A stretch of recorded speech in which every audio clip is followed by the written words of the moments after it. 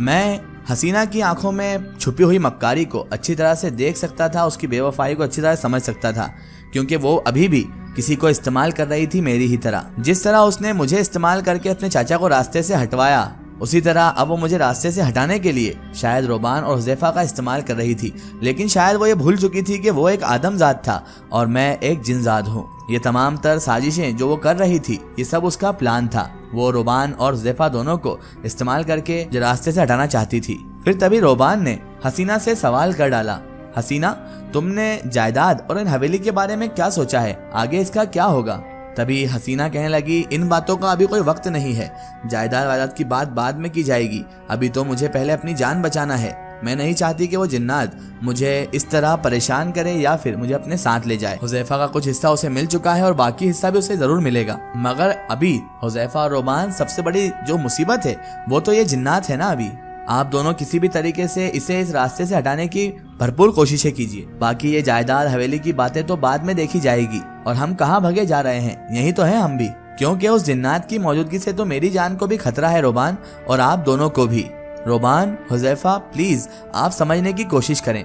अब हुज़ैफा बड़ी ही अजीब नजरों से हसीना को देख रहा था। मैं चाहता तो अभी भी हसीना को पकड़कर अपने साथ जिन्नाती दुनिया में ले जा सकता था, लेकिन मैं देखना चाहता था कि ये लोग अब मेरे साथ क्या करते हैं, एक जिन्नात से किस तरह मुकाबला करते हैं और हसीना किस हद तक गिर सकती है अपने फायदे के लिए, अपने फरेब के लिए। दोनों कुछ देर तक उसके पास बैठे रहे, हसीना से इधर उधर की बातें करते रहे। उसके बाद थोड़ी देर बाद वो दोनों चले गए। जाते जाते उन लोगों ने हसीना को तसल्ली दी और ये कहा कि सब कुछ ठीक हो जाएगा हसीना, तुम परवाह बिल्कुल मत करो, हम कोशिश में लगे हैं, किसी न किसी आमिल को ढूंढकर ये इलाज जरूर करवाएंगे, उस जिन्नात से तुम्हारा पीछा जरूर छुड़ाएंगे, तुम बिल्कुल बेपरवाह हो जाओ, फिक्र मत करो। लेकिन हसीना, कुछ भी हो जाए इस कमरे से किसी भी सूरत में बाहर मत निकलना। वो जैसे ही वहां से चले गए तो मैं अब हसीना के सामने जाहिर भी हो गया और मैंने जाहिर होते से ही उसे आवाज दी, हसीना। मेरी आवाज सुनकर वो चौंकी और मैंने कहा, चलो हसीना, मैं तुम्हें लेने आया हूँ, चलो मेरे साथ हमारी दुनिया में। जैसे ही हसीना ने मुझे देखा तो मुझे देखकर हसीना के मुंह से एक जोरदार चीख निकली। मैं आगे बढ़ा और मैंने हसीना के मुंह पर अपना हाथ रख दिया। देखो हसीना, तुम तो ऐसे घबरा रही हो, ऐसे डर रही हो जैसे मैं तुम्हारे लिए कोई अजनबी हूँ। तुम तो मुझे अच्छे से जानती हो हसीना। कहने लगी कि तुम अजनबी तो नहीं हो जोरान, लेकिन तुम अचानक मेरे सामने आए ना तो मैं डर गई, इसीलिए मेरी चीख अचानक से निकल गई। मैंने कहा कि तुमने पहले भी मुझे देखकर हसीना दरवाजा बंद कर लिया था, ऐसी क्या बात हो गई हमारे बीच में कि तुम इतनी ज्यादा नाराज हो चुकी हो मुझसे? तभी हसीना मुझसे पूछने लगी कि तुम हिसार के बावजूद अंदर दाखिल कैसे हुए? तभी मैंने कहकहा लगाकर यानी हंसकर कहा कि तुम्हारा कोई भी हिसार हसीना मुझे तुम्हारे करीब आने से नहीं रोक सकता, ना ही तुम तक आने से मुझे कोई हिसार अब रोक सकता है। और दूसरी बात हसीना, हम दोनों एक दूसरे के लिए अजनबी नहीं है, तो तुम ऐसे अनजान बनना बंद करो। तुमने मुझसे वादा किया था हसीना कि तुम अपना काम हो जाने के बाद, ये जायदाद, ये हवेली मिल जाने के बाद मेरे साथ मेरी दुनिया में चलोगी, और इसीलिए मैंने तुम्हें सब हासिल करवाया था।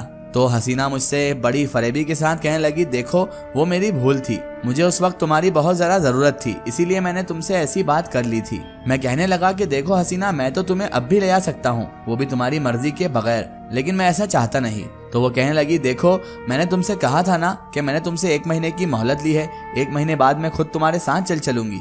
मैंने कहा, देखो हसीना, मोहलत की बात तो ठीक है, लेकिन तुम मुझे बेवकूफ नहीं बना सकती, क्योंकि तुम मेरे साथ जाने से इनकारी हो, तुम मेरे साथ जाना ही नहीं चाहती। मैं जानता हूँ कि तुम कुछ वक्त के लिए मुझसे जान छुड़ाना चाहती हो ताकि तुम कुछ इंतजाम कर सको मुझसे बचने का। तो वो मुझसे कहने लगी, देखो मैं फिलहाल अपनी बात पर कायम हूँ, अभी बात को 1 महीना नहीं हुआ है जो तुम बार बार आकर मुझे परेशान कर रहे हो। मेरा दिल तो नहीं चाहता जाने को, लेकिन मैं फिर भी अपनी बात पर कायम हूँ। तुम यहाँ से चले जाओ अभी फिलहाल, मुझे कुछ मामला तय करने हैं। मेरा हवेली और जायदाद का कुछ मामला है, पीछे मेरी माँ और मेरी बहन भी है, और तुम जानते हो कि मेरे यहाँ और भी कई दुश्मन होंगे। हमारी रिश्तेदारी में कई हिस्सेदारियां हैं, इसीलिए मुझे सारे मामला तय करने में थोड़ा वक्त चाहिए। मैं उन सारे मामला को तय करना चाहती हूँ। मैं चंद लम्हे खामोशी से उसकी तरफ देखता रहा।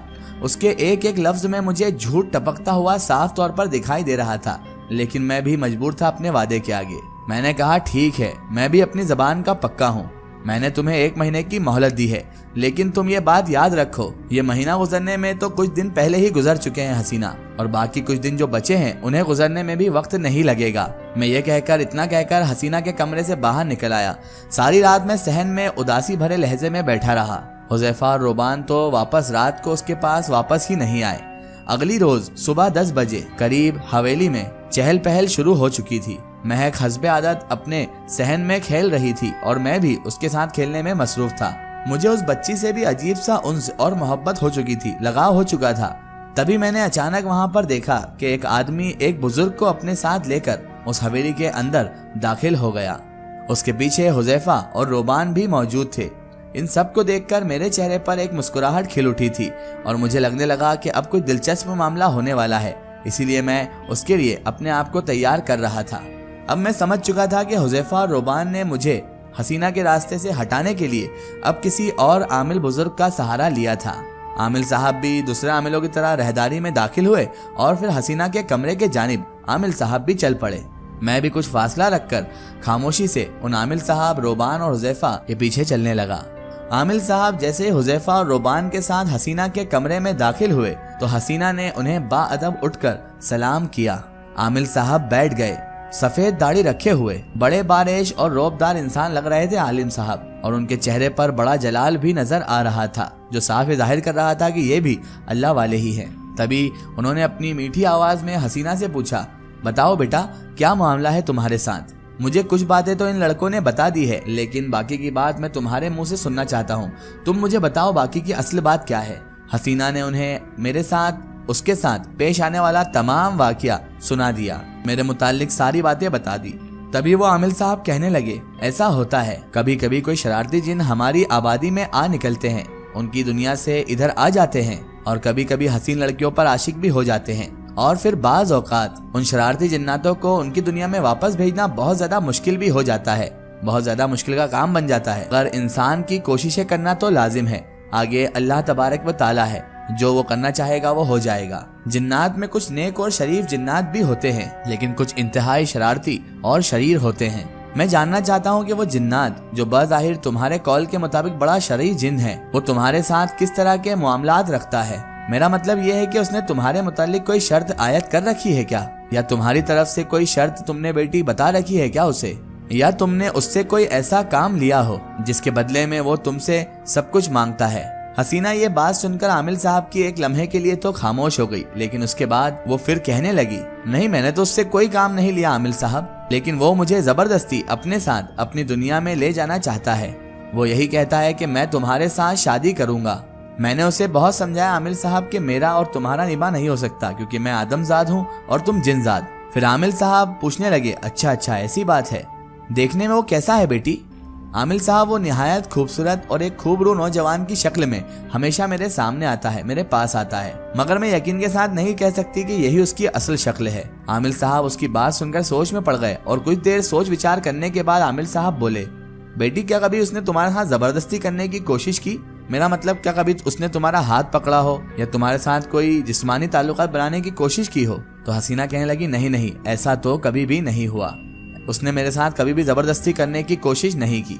आमिल साहब तभी दाढ़ी पर हाथ फेरते हुए बोले, मामला बड़ा टेढ़ा लग रहा है। इसका एक स्टोरी हम देखेंगे इसके अगले पार्ट में।